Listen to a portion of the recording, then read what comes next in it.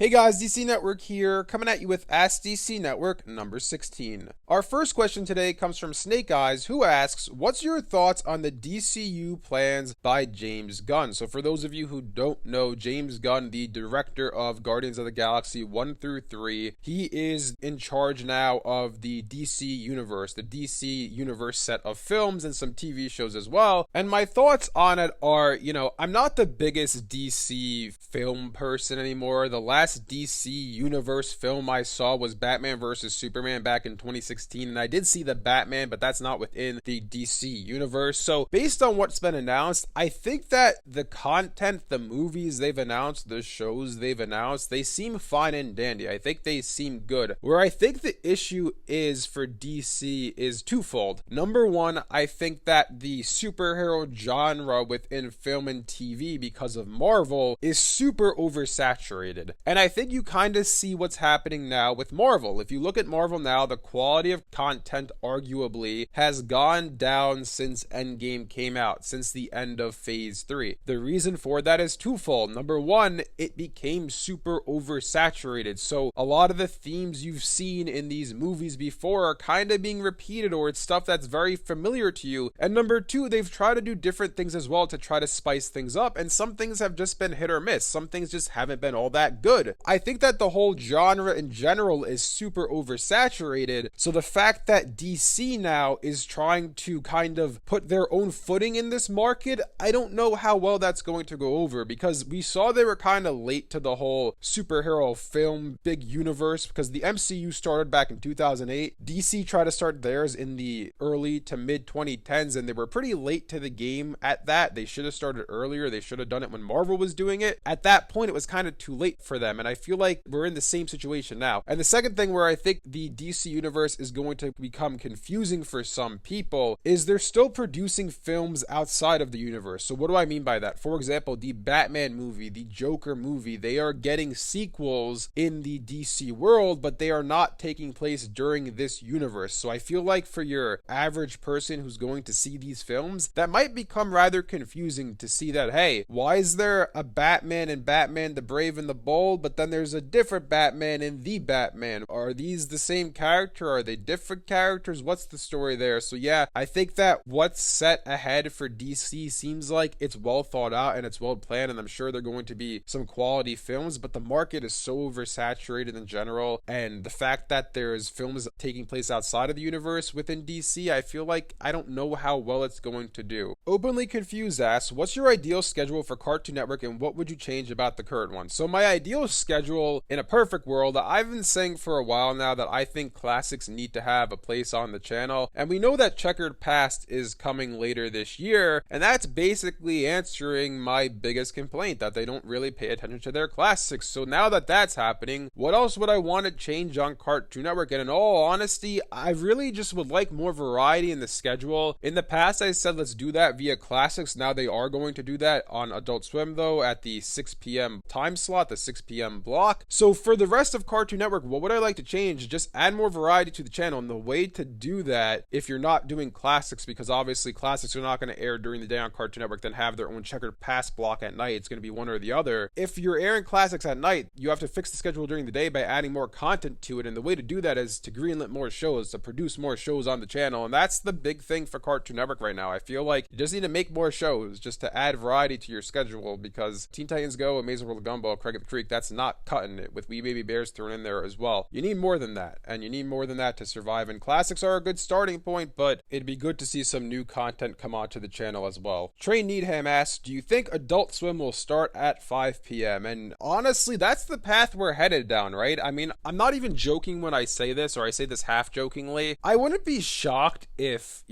I don't know, over the next 5 years or so, Adult Swim completely takes over Cartoon Network. I don't think that's going to happen. I don't think that's the path we're headed down, but I wouldn't be shocked if something happened where Adult Swim is all of a sudden starting at like 4 p.m. I would not be shocked. And to me, saying that now, if I heard myself a year ago saying that, I think I'm crazy, because it doesn't make much sense for Adult Swim to start any time before 8 p.m. Honestly, in my opinion, it makes more sense for it to start at like 10 p.m. Eventually, will it move to 5 p.m.? Yeah, I mean, if this Checkered Past block is doing really well and they see a lot of the ratings skyrocket, they might eventually move it to 5 p.m. And at that point, it's like, okay, when does it eventually eventually take over Cartoon Network. Alfredo and Friends asks, hey DC Network, what happened to Ben 10 Omniverse at the end of its run? And for those of you who don't know, Ben 10 Omniverse used to premiere at 9 a.m. on the weekends every Saturday, and then all of a sudden in 2014, over the span of I want to say 2 to 4 weeks, they were airing new episodes consistently every day at 6 a.m. And the reason for that, and I actually made a full video on this a little while back, and I'll leave a card to it above or a link in the description below if you want to check that out. But to touch it briefly, essentially they did it because they wanted to just run out all the episodes and use it as a tax write-off because the ratings are going to be so low for it, because who's watching Cartoon Network at 6 a.m. on the weekdays? I remember at the time I would be getting ready for school and I would come home and just watch the episodes on demand because there was no way I would sit down for a half hour at 6 a.m. to watch Ben 10 Omniverse. And in all honesty, I'm not a fan of how they treated that show towards the end of its run. I think that in all honesty, it was extremely disrespectful to the brand of Ben 10. It's like that was your property that really set the path forward for you in the mid 2000s and early 2010s. Like, it made you so much money. It's your highest grossing franchise of all time. And I feel like for Christina Miller, because she was the president of Cartoon Network at the time, and I feel like for her to just take that show and have it air out at 6 a.m. is just so disrespectful to the property. And in all honesty, it could even have helped to damage the brand of Ben 10, because I don't think if you look at Ben 10, I've heard it's very popular overseas, but I'm just talking about here in the US. If you look at Ben 10, it's not this big show it used to be back when it first came out, back when I grew up with it. Like, it was huge when Ben 10 first premiered. It was this huge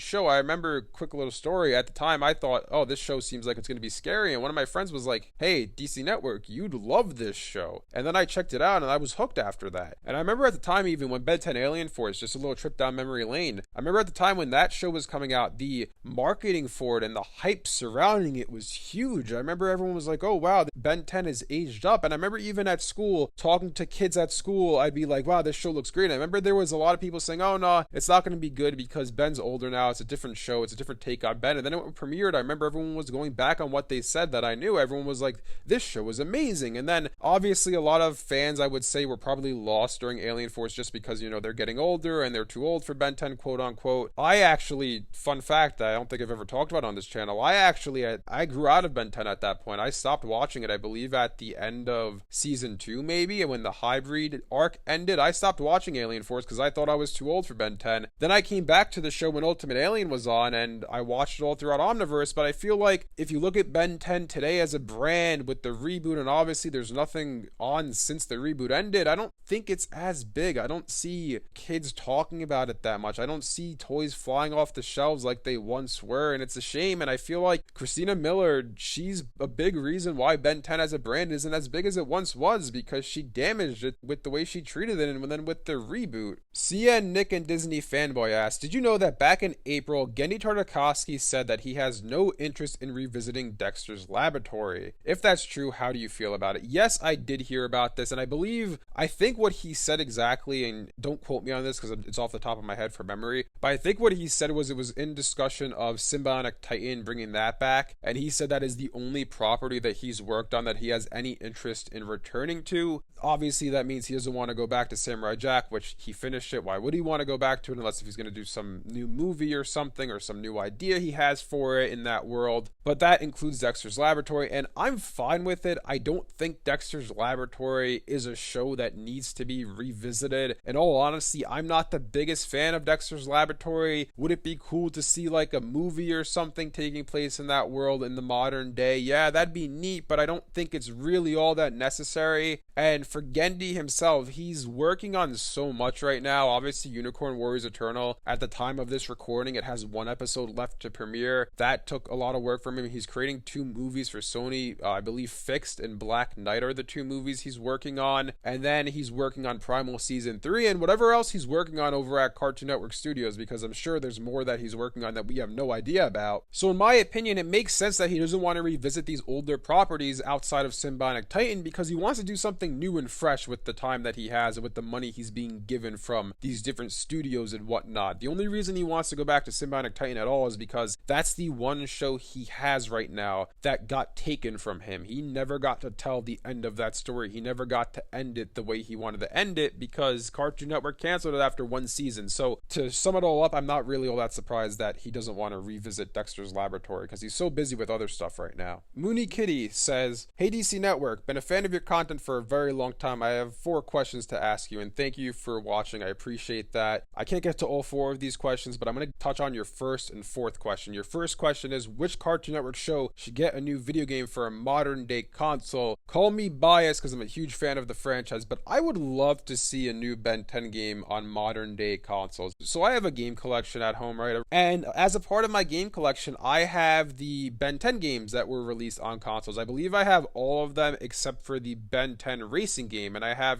Protector of Earth, Alien Force Vilgax Attacks, what is it, Cosmic Destruction, I think, or something like that. That's the Ultimate Alien one, which I actually never played through, by the way. And Omniverse 1 and 2, which Omniverse 2 and Omniverse 1, those 2 games, I absolutely loved them at the time. I got them for my Wii U, and I just remember playing those games and just having so much fun with them. So I would honestly love to see a new Ben 10 game on modern consoles. I know they have the 2 reboot games, and I played the first one. I did not love it, in all honesty. I remember I played it on the Switch, and there were a lot of technical issues that I came across during my playthrough. Even my game crashed once or twice. I didn't play the second one because of my distaste towards the first one, but I'd love to see a new Ben 10 game on modern consoles that's in the original continuity. I don't think they're ever going to do that unless if all of a sudden they bring back the original continuity, but I think it'd be something great to see. In general, real quick, just a side note, I've said this in the past in other videos, but Cartoon Network really does need to make more games. I mean, what was it, 2 years ago in 2021, Samurai Jack Battle Through Time? It's not the greatest game that's ever made. It was just a good time. It was a fun game, and it was a throwback to this classic Cartoon Network series, and I wish they would do more stuff like that. In all honesty, a lot of their shows don't really fit having modern games, or at least I feel like they wouldn't be that great if they made one. Like, I remember the Foster's Home for Imaginary Friends games and the Ed and Eddie games back in the day weren't exactly the highest quality of games, but if they made a new Ben 10 game, that'd be fun. If they made a new, we have the Samurai Jack game, but any fighting game or action adventure type thing, that'd be awesome in the Cartoon Network landscape. But unfortunately, whenever it comes to Cartoon Network and games, they're very much so not willing to give it a big budget. I feel like a open world Adventure Time game would be absolutely awesome. I know we had Pirates of the Enchiridion, but again, that wasn't exactly the highest of quality of games. And to keep it on games, your fourth question is, do you like The Legend of Zelda? If so, did you like the new game? So I'm not the biggest Zelda fan. I have a few of them. I've played through and beat Breath of the Wild, Link's Awakening, A Link Between Worlds, and I played the new game Tears of the Kingdom. I beat it. My opinion on Tears of the Kingdom, I'll keep this brief, but I really liked Breath of the Wild, and I felt like it was this really unique and awesome experience at the time that I haven't had in any other game. And I feel like going from that to Tears of the Kingdom 6 years later, yes, Tears of the Kingdom was fun. Yes, it was a good game, but it just felt like more Breath of the Wild to me, which that's not necessarily a bad thing, but I would have liked to have something more than that. I would have liked this game to feel more different after having to wait for it for 6 years. Like, I'm thinking of something like Ocarina of Time versus Majora's Mask. Like, those games are very different for each other, despite the fact that Majora's Mask is a sequel to Ocarina, or it was the next game in the series. I would have liked to see something like that for Tears of the Kingdom, something more drastic and different in the Zelda world. Fire Types Forever asks, in your opinion, should the next iteration of Ben 10 be about adult Ben, Ben 10,000, or his son, Ken 10? I think I made a video a while ago talking about my ideal scenario for an Omniverse sequel series, and we'll stay within the original continuity for this question because I'm assuming,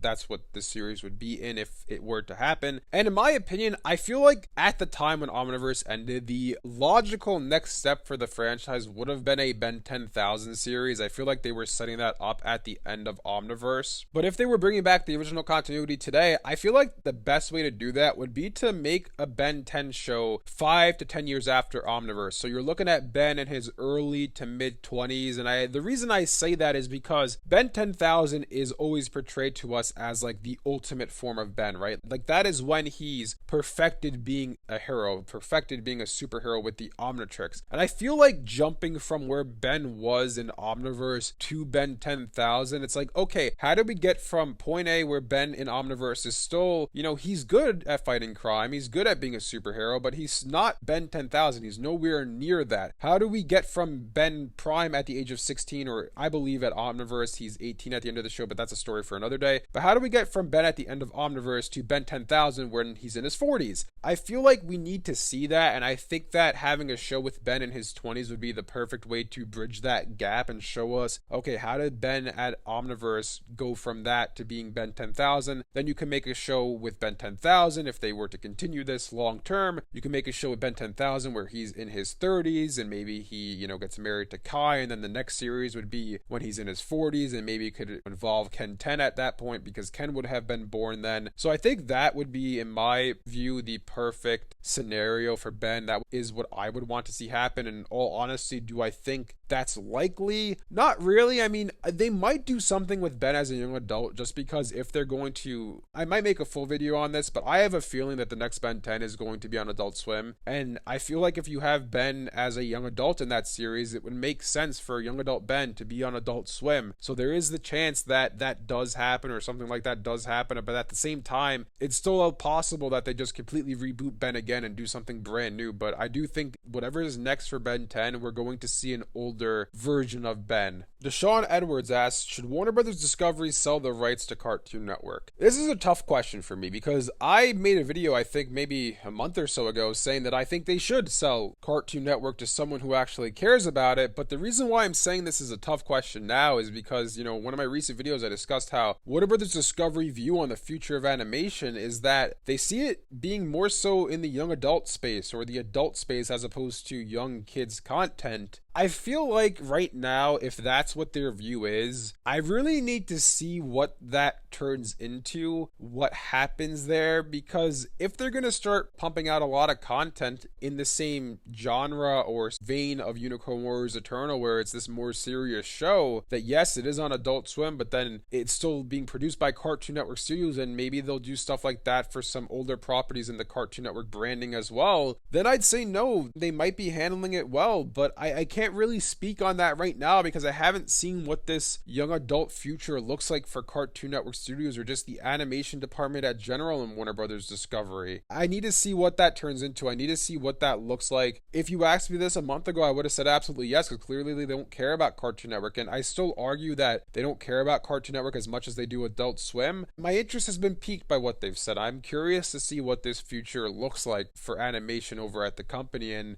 time will tell. Maybe in a year or two from now, I look back at this and say, yeah, they should have sold them back then. But for right now, I'm kind of curious to see where things go for animation. I know there's a new Ben 10 in the works. Honestly, I hate to keep bringing up Ben 10 in this video, but I really feel like Ben 10, when that show comes out, that's the telltale sign for what the direction of this company is going to be animation-wise going forward. Like, if Ben 10 comes back and it's 10-year-old Ben again, then it's like, okay, I mean, the show might be good. I'm not saying it wouldn't be good because Ben is young, but I would argue that's probably not what most fans want to see. But if they come back and it's a teenage Ben or a young adult Ben or even Ben 10,000 or something like that, I'd say, okay, that's a different direction for this brand. Because if they go back to 10-year-old Ben, what that tells me is they're still concerned with toy sales and they're still wanting to get as much toy sales as they can, which I don't blame them for that. But at the same time, let's just make a good show to make a good show. I don't think that Ben being 10 versus him being 40 is going to affect toy sales all that much. People just want to see a cool story with cool characters, and if you have that, the toys will sell. So if they come out with the next Ben 10 and he's like 30 years old or 20 years old or whatever the case may be versus being 10 years old, that really tells me something about this company and that they actually do care about the content they're producing. So we'll have to wait and see what happens there. Same thing goes for when Powerpuff Girls comes back, but really the telltale sign for me is Ben 10, because I feel like I said, if we see 10-year-old Ben again or adult Ben, it's going to tell us what the direction of animation is going to be going forward and what their priorities are. Tahim Williams asks, which type of shows do you enjoy more, episodic or story-driven? I prefer story-driven shows. I just like it when there is a plot developing over a given season or over multiple seasons. I feel like, for me, that's just the type of content I enjoy more. Like, I'm thinking of something like Scooby-Doo Mystery Incorporated or Gravity Falls or the old Ben 10 series. Just, I don't know, I just like watching a cool narrative unfold over the span of a season or multiple seasons. But at the same time, I also enjoy episodic shows. I think they also have a place in animation and in just media in general. It's fun to watch a show like The Amazing World of Gumball or like SpongeBob SquarePants or the Looney Tunes show, where one episode doesn't really bleed into another. You can pick up episode 23 or pick up episode 2 and you're not missing a beat. It's all, nothing's really related that happens in one episode to another. I think those shows have their place on Cartoon Network and in animation and the media landscape in general. My issue with animation, we'll stick to that since this is an animated centric channel, specifically with Cartoon Network over the past decade, is it seems to me like they've exclusively, for the most part, there are some outliers, but almost exclusively they've produced episodic content, and that's where I have a problem. I don't think story-driven versus episodic has to be one or the other. I don't think you should stray too far one way, and I don't think you should stray too far the other way either. I feel like there can be a happy medium there. I feel like story-driven content, if it has a really compelling story and this really strong narrative, I feel like it's going to gain more people's attention because, wow, that's a really just awesome story they're telling. There's a lot of twists and turns and whatnot, but at the same time, an episodic show could be just as enjoying just because if you have just a fun episode or a fun series idea, like for example, regular show, that can gain a lot of interest from people as well. And Adventure Time was an episodic series as well for a while. Obviously, both of those series towards the end of their run had some more story-driven plot points in them, but for the most part, those were episodic series. So I feel like both have a place in the industry. I think both are great. My preference is story-driven content, but I also enjoy a good episodic series as well. The Crazy Cartoon Guy asks, what new Cartoon Network shows do you think will kick off a new CN era like the 2010s Renaissance with shows like Adventure Time, Regular Show, Amazing World of Gumball, Steven Universe? Those are usually the 4 shows that are tied to that era. And in all honesty,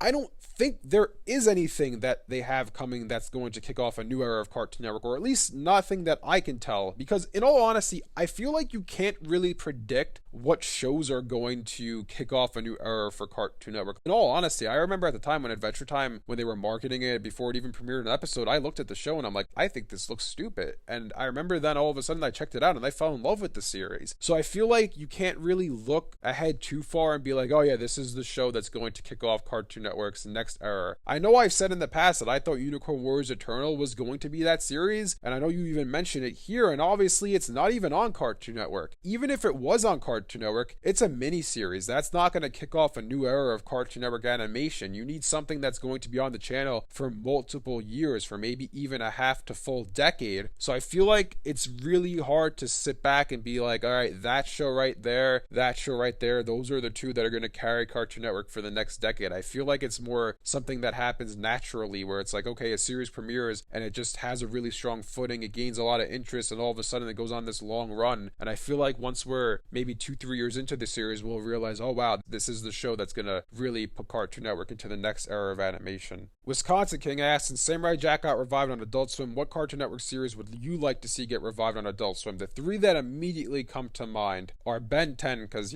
who doesn't want to see an Adult Swim Ben 10 taking place in the original continuity? Sym-Bionic Titan, because Sym-Bionic Titan has so much interest in general for a second season to happen, and we know Gendy's interested in doing it, so why not have that on Adult Swim? And the third series is Galactic Kids Next Door, and the reason I say Galactic Kids Next Door on Adult Swim is because from what we've seen of that series, it seems like it would be, if it gets greenlit, a much more dark and serious and plot-driven show than the original Codename Kids Next Door was. So I feel like just put it on Adult Swim, put it on the 7 p.m. time slot, like they have Unicorn Warriors Eternal right now and My Adventures with Superman in a few weeks. Have it be in that time slot, and I feel like it would do well, and you can hear reruns on Cartoon Network as well. I don't think it's going to be that dark of a series that it has to be on Adult Swim, but those are the first 3 series that pop into mind. XH asks, does Cartoon Network survive as a brand by the end of the decade? I think yes, it does. I don't think it's going to have the same name recognition as it once did, because I feel like this is if Warner Brothers Discovery doesn't get sold again and merge with another company. But let's just say for the next decade, hypothetically speaking, Warner Brothers Discovery just is Warner Brothers Discovery. Nothing happens to it, no big changes externally or whatever, no sales, no mergers. I feel like their focus, and I've talked about this recently, their focus is in young adult and adult animation. Not to say that younger audiences can't enjoy that content as well, because they can, but I think that the majority of their peak content, if you want to call it that, is going to be on Adult Swim. So I think the brand of Cartoon Network will survive. I don't think they're going to get rid rid of it and say no more Cartoon Network, because there has to be a channel for kids to go to watch TV. If they want to just put, the TV on and be like, I want to watch some cartoons for a couple hours, I think Cartoon Network's going to remain the place to do that, but I don't know if it's going to have the same level of impact to us, to the fans of Cartoon Network. I feel like that might become Adult Swim's role in Warner Brothers Discovery, where the fans of Cartoon Network from, yesteryear are going to turn to Adult Swim for their animated content as opposed to the actual Cartoon Network. That might just be a place for kids to watch, their cartoons when they're ages 6 to 11, and then they'll move on to Adult Swim when they're older than that. Our last question from today comes from Fire Types Forever, who asks, hey DC Network, in your opinion, do you believe that Adult Swim should have its own channel and replace the Boomerang channel? Because let's face it, that channel's not as great as it once was. I'll break this up into two parts. First, does Adult Swim need its own channel? Absolutely. Even in 2008, I was saying this to myself, like, why doesn't Adult Swim have its own channel? They have Teen Nick. Why don't they have Adult Swim as its own channel? I never understood that. I never understood why Cartoon Network switched to Adult Swim as it became, 8, 9, 10 o'clock at night. I never